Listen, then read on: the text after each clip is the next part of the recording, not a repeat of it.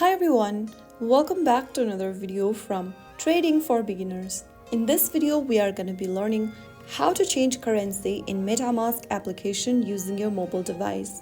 MetaMask is a popular cryptocurrency wallet that allows you to manage your digital assets. By default, MetaMask displays your balance in USD, however you can change the display currency to your preferred one.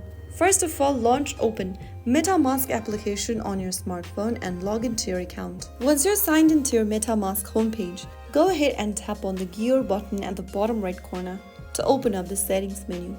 Under settings, click on General.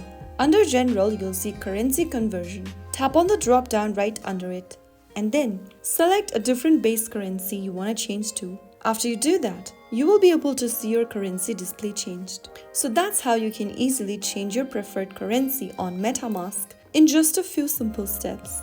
Repeat this process if you ever want to change to a different currency according to your need.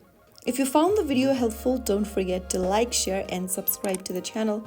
I will be back again in the next video. Thanks for watching.